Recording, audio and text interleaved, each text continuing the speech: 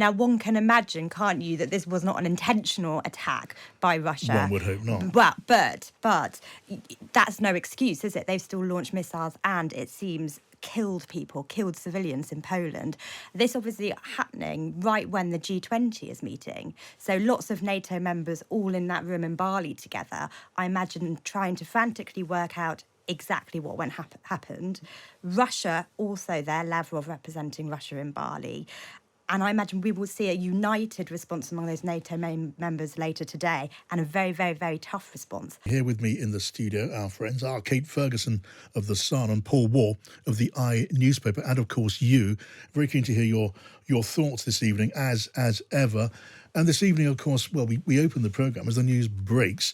Well, the serious news, the potentially enormously consequential news of Russian missiles having landed on NATO territory. This during a day of widespread airstrikes on Ukraine, including targets such as Kyiv and other towns and cities across Ukraine. But just in the last 10 minutes or so, the news has begun to break on social media that missiles, one report says a number of missiles plural, have landed in Poland and 2 people are reported to have been killed.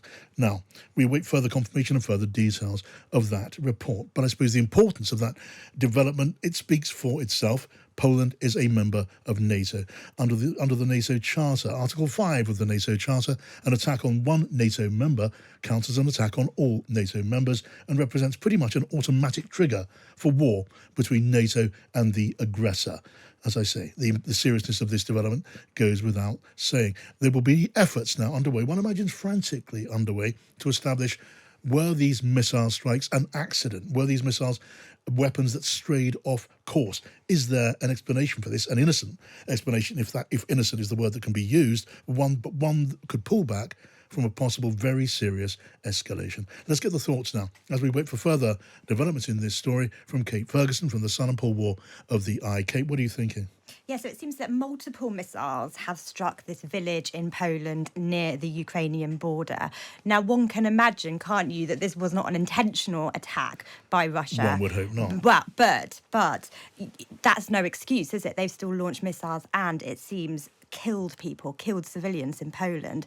This obviously happening right when the G20 is meeting. So lots of NATO members all in that room in Bali together, I imagine trying to frantically work out exactly what happened. Russia also there, Lavrov representing Russia in Bali. And I imagine we will see a united response among those NATO members later today, and a very, very, very tough response. I imagine that obviously there's an issue, isn't there, about Article 5 collective defence.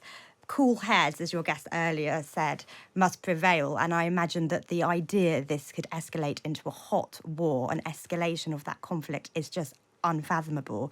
But you would expect, wouldn't you, that they would escalate this, maybe sending more arms to Ukraine, some kind of tough, hard, united approach from NATO members. I mean, I'm sure you're absolutely right about that, Kate, that the news of these missile strikes, whether accidental, and one hopes, I don't think we can quite say assumes at this stage, but the idea of a deliberate strike on Poland has such ramifications that your presumption would be there is less than a deliberate intention behind these strikes.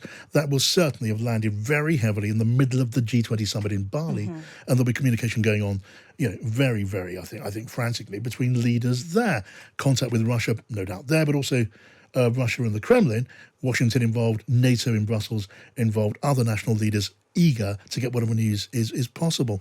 Right now, we simply wait. Paul, what are you thinking? Well, what's interesting is that traditionally, for many, many years throughout the Cold War, the US and Russia have had, or the former Soviet Union, have always had back channels of communication for exactly this kind of incident. And those back channels have functioned through thick and thin, despite all the rhetoric on both sides for many years. We've seen it with near misses of our own, with our own pilots having a near miss with Russian planes recently.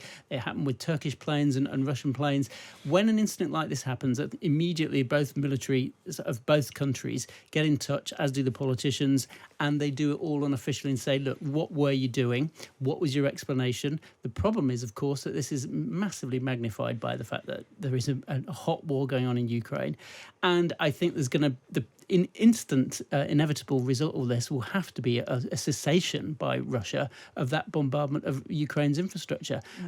Let's hope that that's the immediate impact, because if Russia continues to do this, then who knows what NATO's response is going to be. Well, if this is to continue, then it would be because it's meant to continue, and then you have automatic escalation. I was saying earlier on, Paul and Kate, on the programme, that the director of the CIA is authoritatively reported to have been in contact with the Kremlin, because those lines of communication, they are pretty constant, and that would mean the intelligence communities on both sides will have some way of communicating. Certainly, the highest level of military command are in contact, and this is almost aside from the role of the leader, of Vladimir Putin. So the military establishment, the intelligence community can keep some means of sort of mutual understanding in play, however bad things seem, even at the highest level of politics.